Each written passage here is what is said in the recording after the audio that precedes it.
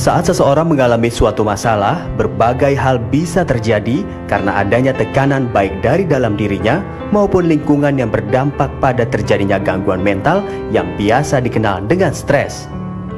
Stres mudah dialami oleh siapapun, yang diakibatkan oleh banyak sebab, dan bisa berdampak cukup berat pada kejiwaan seseorang bila tak ditangani dengan serius. Nah, Dokter Haikal, kita udah kedatangan dokter spesialis kesehatan jiwa di sini. Ada Dokter Citra Fitri. Ya. Selamat siang, Dok. Selamat siang. Iya. Dokter Citra. Ya. Dokter Citra. Dok, tadi kan kita sempat mendengar mengenai kasus yang pernah menimpa Mbak Edis, yang membuat Mbak Edis menjadi stres. Nah, sebetulnya stres ini memang kita nggak bisa hindari ya. Tapi sebetulnya stres ini kan ada yang sifatnya positif dan negatif. Kalau yang positif ini yang bisa membuat kita termotivasi lebih baik lagi. Tapi stres negatif yang berkepanjangan. Nah, sebetulnya apa ini stres, Dok? Sebenarnya tadi Mas Reza ya tadi sudah sampaikan, itu udah membantu saya banget itu ya menyampaikan ya.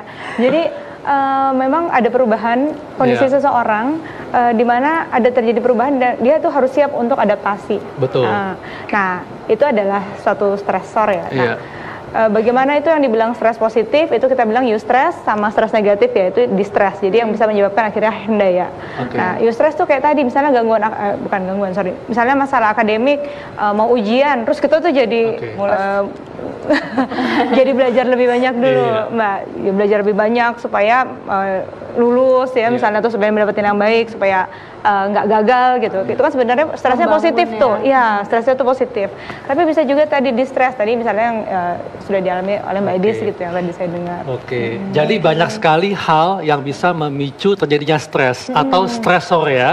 Seperti tadi mungkin karena mau ujian, kemudian masalah keuangan juga bisa, tekanan pekerjaan, Dokter Sheila ya. Nah, tadi yang dibahas sama Mas Reza ya, ini ada salah satu penyebab stres di sini tadi masalah kecewa itu yang tadi Mbak Hilda kecewa sama pacar.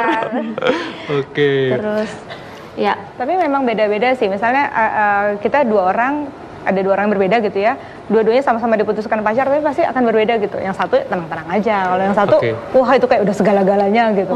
Bisa juga kan jadi. Jadi juga tergantung bagaimana respon orang dalam menghadapi stres. Jadi itulah ya, kalau misalnya andai kata stres yang berkepanjangan, kemudian tidak diatasi sehingga menyebabkan terjadinya depresi. Nah, Dokter Citra, sebetulnya kalau ketika kita stres, kita akan mengalami gangguan seperti sakit kepala, kemudian gangguan pencernaan, dan sebagainya. Tapi ada beberapa orang yang ternyata dia tidak sanggup mengendalikan stresnya, sehingga jatuh ke dalam kondisi kemarahan, atau bisa menjadikannya jatuh ke kondisi depresi. Nah, ini bagaimana, Dok? Jadi tahapan stres sendiri sebenarnya banyak ya. Jadi mulai dari tadi yang akhirnya aktivitasnya jadi lebih banyak, terus habis itu mulai yang tegang kan karena mikir terus itu tegang, sampai lama-lama ke keluhan pencernaan dan keluhan psikologi. Nah, itu sebenarnya berpengaruh juga ke hormonal. Jadi kita ada dari mekanisme di otak gitu ya, sampai ada hormon yang berlebihan. Jadi kita ada istilahnya hormon stres lah, berlebihan. Nah, itu lama-lama juga bisa menyebabkan depresi. Gitu. Atau juga ketidakseimbangan zat-zat kimia di otak. Misalnya kita bilang ada serotonin gitu ya. Nah, itulah berlebihan, jadi lama-lama juga bisa menyebabkan depresi. Nah, depresi dengan tingkatannya ada ringan, ada sedang, dan ada berat. Kalau misalnya sudah sampai depresi berat, sudah mulai nih bisa ada ide-ide untuk mengakhiri hidup atau tindakan sendiri untuk mengakhiri hidup ya. Jadi bukan ide saja tapi juga tindakan, atau juga misalnya nanti ada gejala-gejala lain yang menyertai, misalnya nanti ada dengar suara-suara yang kamu nggak berguna misalnya mulai seperti halusinasi itu. Iya, sudah ada halusinasi. Jadi dampaknya juga banyak gitu. Nah, kalau misalnya tadi itu halusinasi mungkin udah termasuk di golongan schizofren ya, Dok ya? Atau masih depresi berat? Masih depresi berat, tapi memang ada gejala psikotiknya itu kalau udah sampai depresi berat. Jadi bisa juga bunuh dirinya karena dia memang dengar suara-suara mungkin yang nyuruh ya, udah kamu bunuh diri aja, kamu kan nggak berguna. Itu bisa jadi kalau misalnya memang depresinya sudah sedemikian berat. Nah, kalau misalnya pasien-pasien yang datang ke dokter sendiri, biasanya tuh depresi berat baru datang ke dokter psikiatri, atau ada beberapa yang depresinya masih ringan tapi pasien udah mulai aware gitu, Dok? Kalau makin ke sini sih sebenarnya lebih baik ya, karena pasien lebih aware, jadi masih lebih sedang, masih lebih ringan, itu sudah datang. Jadi nggak sampai kita tunggu dulu sampai dia ada ide-ide atau percobaan mengakhiri hidup terus baru datang. Dok, ini saya pengen tahu, Dok, dan tentu pengen tahu juga semua orang bahwa ketika depresi itu tadi dokter bilang bahwa sebagian orang itu kayak mendengar suara-suara. Kayak ada yang bilang lo nggak berguna, nggak manfaat. Nah ini apa, Dok? Apa hal ini disebabkan karena dia punya pengalaman yang tidak menyenangkan di masa lalu, atau apa, Dok? Kalau faktor tuh banyak ya. Kan kita ada faktor biopsikososial gitu. Jadi memang mungkin secara genetik ada keluarganya yang kayak gitu juga. Jadi dia seperti itu. Atau memang dari pola asuhnya, dari lingkungannya. Nah, kalau misalnya kita sampai terjadi halusinasi, itu ya tadi karena ketidakseimbangan zat kimia tadi di otak. Jadi akhirnya bisa juga mempengaruhi, datang tuh gejala-gejala positifnya kita bilangnya, datang tuh gejala-gejala adanya halusinasi tadi. Dan biasanya itu menyertai, jadi seirama gitu. Kalau perasaannya memang lagi menurun, ya isi suaranya juga menyertai lah, seirama gitu. Nah, mungkin pemirsa di studio sama penonton di rumah penasaran nih, depresi itu bisa diturunkan nggak sih, Dok? Kan tadi kan sempat dibilang ada bahan-bahan kimia di otak seperti kelebihan serotonin dan lain-lain. Nah, itu ada faktor keturunan nggak, misalnya orang tuanya cenderung depresi, anaknya juga gitu? Kalau faktor tunggal memang tidak ada. Jadi sebenarnya ini semua gangguan jiwa tidak ada faktor tunggal ya. Semuanya faktornya dia multifaktor. Jadi ada faktor biologi yang kemungkinan ada faktor genetiknya, misalnya mungkin kakeknya atau pamannya atau ayahnya misalnya depresi. Kemudian juga faktor psikososial, psikologis ya. Jadi dari kepribadiannya dia sendiri seperti apa, adonannya dia nih kayak gimana nih dalam menghadapi stresnya, kan beda-beda kayak tadi yang dibilang. Kemudian juga faktor lingkungannya, misalnya tadi Mbak Edis kan dapat bully atau apa yang tadinya kita kuat-kuat aja tapi terus intensitasnya besar, akhirnya juga bisa juga akhirnya mengalami depresi gitu. Nah, Dok, ini ada sejumlah fakta tentang stres ya. Yang pertama bahwa stres membuat pupil mata seseorang melebar. Iya nggak ya? Kemudian membuat rambut rontok. Nah, ini gimana, Dok? Benar nggak stres bisa bikin rambut rontok? Iya, itu kan tadi karena faktornya ke hormon. Kalau udah hormonnya terganggu tuh bisa kemana-mana lah ya gitu. Mungkin nanti dari penyakit dalam juga akan jadi kalau stres maka tubuh kita akan melepas hormon kortisol dan adrenalin yang bikin sejumlah perubahan pada tubuh kita kan. Nah tadi kan Mbak Adis bilang katanya ketika stres malah jadi pengen makan ya. Kemudian sempat ada gangguan mah juga. Iya, gangguan mah dan sakit kepala itu pasti sakit ya, Dok. Kepala. Sakit kepala pasti karena dibilang kita jangan mikir, kayaknya nggak mungkin deh gitu ya. Karena pasti kepikiran pasti kan. kepikiran gitu. Jadi walaupun mungkin kita diem, kita mungkin nonton TV, kita mungkin mata ke TV tapi pikiran pasti kita mikir gitu kan. Jadi pasti akan sering banyak melamun, itu pasti. Dan memang sakit kepala, memang sakit kepala. Nah ini bener banget Mbak Edis. Jadi kalau stres itu akan membuat sejumlah keluhan pada tubuh kita ya. Seperti sakit kepala, kemudian gangguan pencernaan, kemudian pusing juga, dan enggan makan atau makan lebih banyak. Nah untuk membahasnya lebih dalam, langsung saja nih kita undang Dr. Wismandari Wisnu, spesialis penyakit dalam. Siang, Dok. Wah. Siang, halo, Dokter. Halo. Dok, kita lagi bahas topik yang sangat seru, Dok. Oh, apa tuh? Nah, ini kan orang kalau lagi stres, ini kan pasti bawaannya sakit kepala, kemudian pusing, enggan makan atau makan lebih banyak. Dan tentunya bisa mencetuskan berbagai penyakit seperti obesitas, hipertensi, dan diabetes. Nah, ini bagaimana, Dok, ceritanya, Dok? Iya, tadi udah dijelaskan ya sama Dokter Citra bahwa memang stres itu akan mempengaruhi kondisi-kondisi tertentu di tubuh kita. Yang paling jelas merubah sesuatu itu adalah karena hormonnya. Jadi hormon-hormon, mungkin kita bisa lihat di gambar ya. Jadi memang hormon-hormon itu mempengaruhi seluruh tubuh. Yang paling kita takutkan itu adalah kalau hormonnya, namanya orang lagi stres itu ada satu hormon yang pertama naik itu adalah adrenalin dulu. Begitu adrenalinnya naik, itu akan terjadi vasokonstriksi. Tadi memang pupil ya, matanya jadi melebar yang di tengah-tengahnya itu berdebar-debar gitu. Kemudian juga ada hormon lain setelah adrenalin meningkat, diikuti oleh kenaikan hormon lain lagi, yaitu kortisol. Seperti di layar dok ya, jadi jantung berdebarnya lebih cepat gitu ya. Nah kemudian kalau untuk adrenalin sendiri sebenarnya suatu hormon yang memang wajar ya, seorang kalau stres naik. Tapi kalau kortisol harusnya naiknya sedikit aja. Kalau stresnya berkepanjangan, kortisolnya naiknya berkepanjangan, jadi lebih banyak. Apa nih efeknya kalau jantung berdebar lebih cepat, terus menerus? Ya, kalau berdebar lebih cepat, itu karena adrenalin. Ya, kalau orang tegang itu nggak apa-apa gitu ya. Tapi kalau kepanjangan, kelamaan, nah itu efeknya salah satu yang kita nggak mau adalah di jantung berdebarnya terlalu cepat. Jadi denyut nadinya cepat. Kalau kita cepat, jantung lama-lama kerjanya kecapean. Jantungnya bekerja terlalu. Jantungnya ya? Iya, jantungnya terlalu lelah dan bisa fatal. Selain itu juga ada satu mekanisme lain, yaitu darahnya lebih mudah mengental. Kenapa begitu? Karena ada faktor-faktor pembekuan yang memang akhirnya malah meningkat. Faktor pengecer darahnya turun gitu. Jadi darah cenderung mengental. Ditambah ini juga lebih cepat, ya udah serangan jantung lebih mudah terjadi. Nah, ini penyakit MAH nih yang ada di gambar ini yang Mbak Adis alami ya, sempat GERD, rasanya terus 1 jam sekali pengen makan. Jadi lapar terus dok, lapar. Jadi saya makan bukan karena saya nikmatin enaknya makan, tapi kalau nggak makan saya sakit. Jadi waktu itu memang konsumsi obat MAH terus. Kemudian saya makan teratur setiap 1 jam sekali minimal crackers gitu.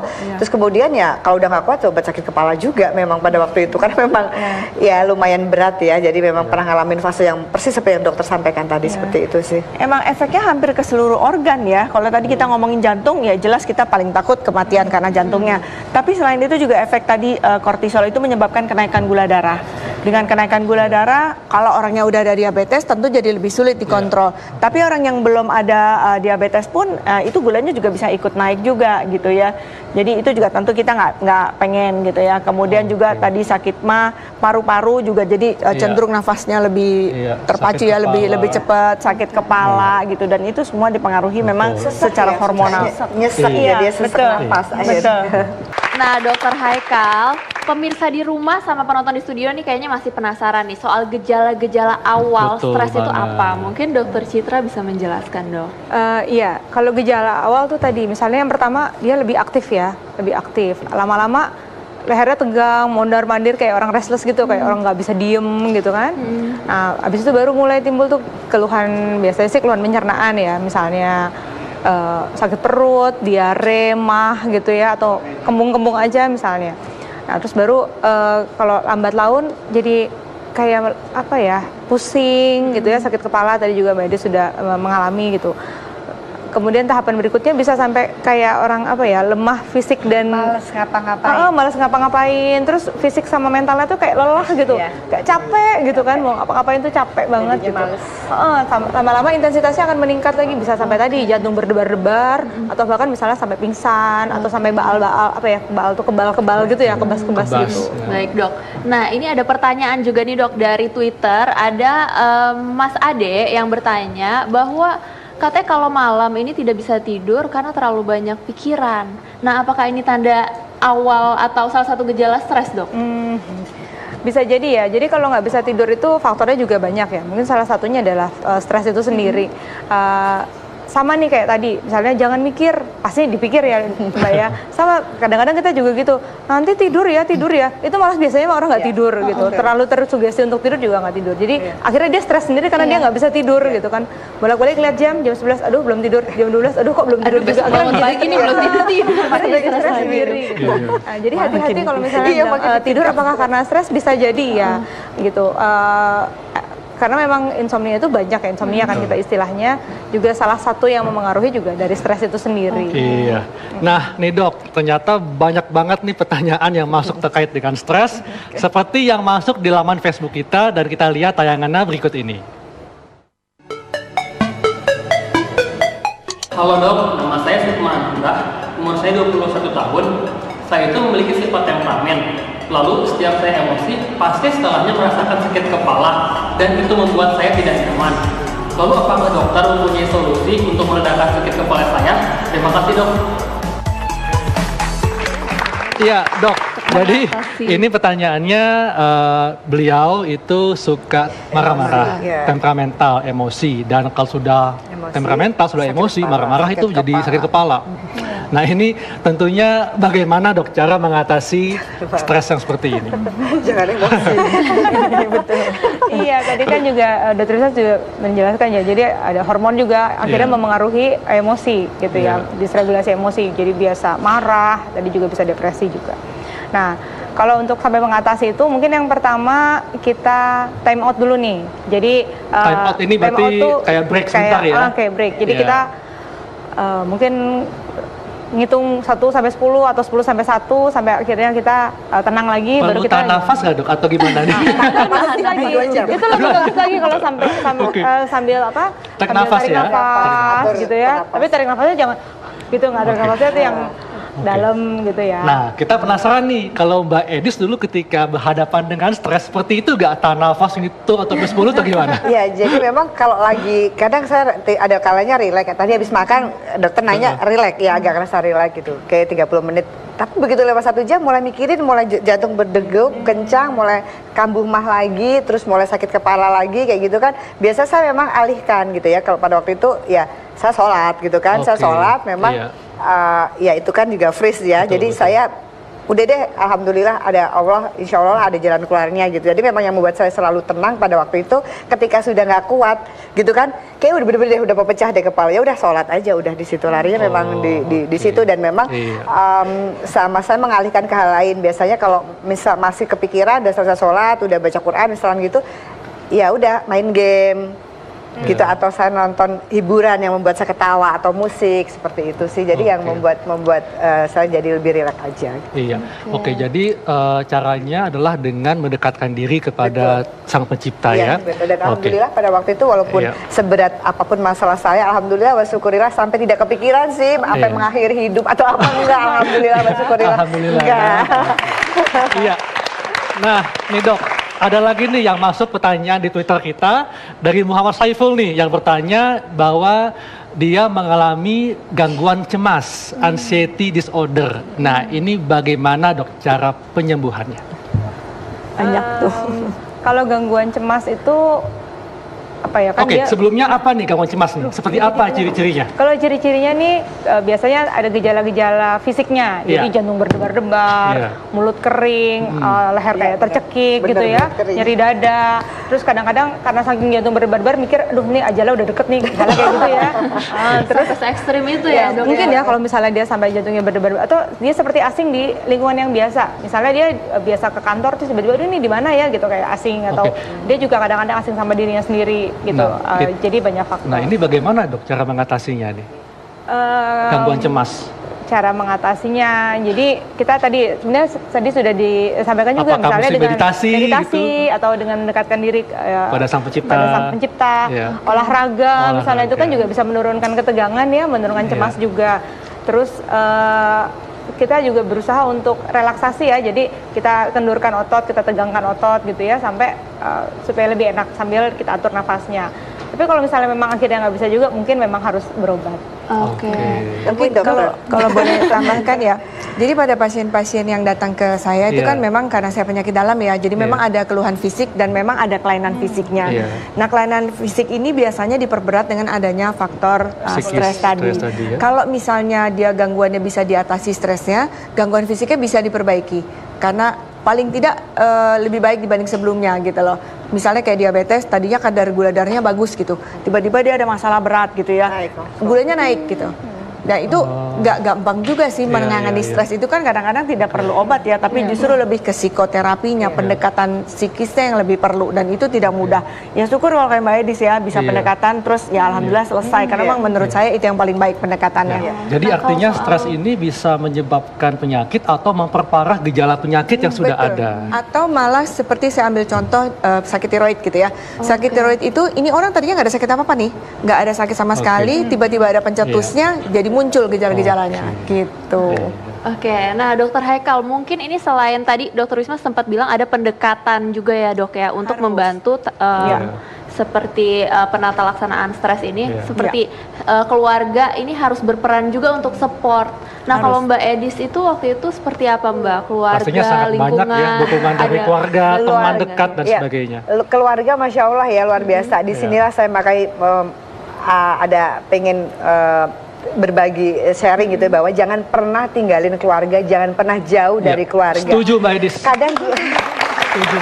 Kadang kita apa-apa temen dibela-belain, tapi giliran orang tua, mama papa minta dianterin nggak mau. Jangan, karena di saat kita sulit, teman bisa datang dan pergi, tapi keluarga kita, kedua orang tua kita akan memeluk tangan erat kita. Dan itu buat saya adalah stimulan yang luar biasa pada waktu itu. Mereka yang mengembalikan rasa percaya diri saya, dan mereka yang tetap berpegangan tangan gitu. Mereka tetap menerima saya apapun, dan di situ saya gini, oh my god, ternyata keluargaku gila ya, segala-galanya ya gitu. Jadi setelah semua, justru hikmah dari semua ujian itu akhirnya apa? Saya jadi lebih sayang banget ke keluarga gitu. Jadi apa-apa saya nomor satu keluarga deh. Kalau dulu temen buat temen enggak deh, keluarga sekarang number one. Keluarga nomor satu ya. Jadi penting sekali ya ternyata Dokter Citra, pengaruh dari keluarga. Seperti apa sih Dokter Citra, keluarga ini harus membantu dengan stimulus-stimulus seperti apa untuk penata laksanaan stres? Jadi keluarga itu yang apa ya, memang tadi ya dia support, pasti ya support utama terhadap kita sendiri gitu. Jadi juga jangan terlalu kadang-kadang kan keluarga nggak ngerti nih kalau sebenarnya dia lagi stres, jadi lagi tadi yang malas keluar rumah. Jadi jangan terlalu udah ayo kamu keluar rumah, nanti kamu ngapa-ngapain. Kadang-kadang kan persepsinya suka berbeda. Jadi mungkin kita juga berharap keluarga memahami kondisi, misalnya dia lagi nggak stabil gitu ya, misalnya lagi stres atau mungkin lagi jatuh ke depresi. Jadi keluarga nggak menyalahkan gitu ya, atau nggak menyuruh-nyuruh yang macam-macam. Untuk sementara kasih aja dulu space gitu buat dia pada saat dia lagi dibuat nyaman dulu pada saat dia lagi nggak stabil tadi. Jadi harus dibuat nyaman. Jangan tunggu stres dulu kali ya baru deket sama keluarga ya. Biasanya kalau denger ceritanya jadi gitu, jadi harus ada masalah dulu baru tahu betapa pentingnya keluarga. Jadi kalau bisa dari sekarang udah deket ya. Betul, makanya saya pengen berbagi cerita gitu, jangan sampai ada masalah baru deket, mumpung masih ada kesempatan, bagikan keluarga, bagikan orang tua. Jadi artinya kalau kita bisa siap menghadapi stres dan mengatasinya, tentu kita juga mesti membekali diri kita dengan pertama hidup sehat ya, konsumsi makanan yang sehat, olahraga yang baik, kemudian mendekatkan diri kepada Sang Maha Pencipta. Luar biasa ya. Terima kasih kepada Dr. Citra, Mbak Edis, dan Dr. Wisma.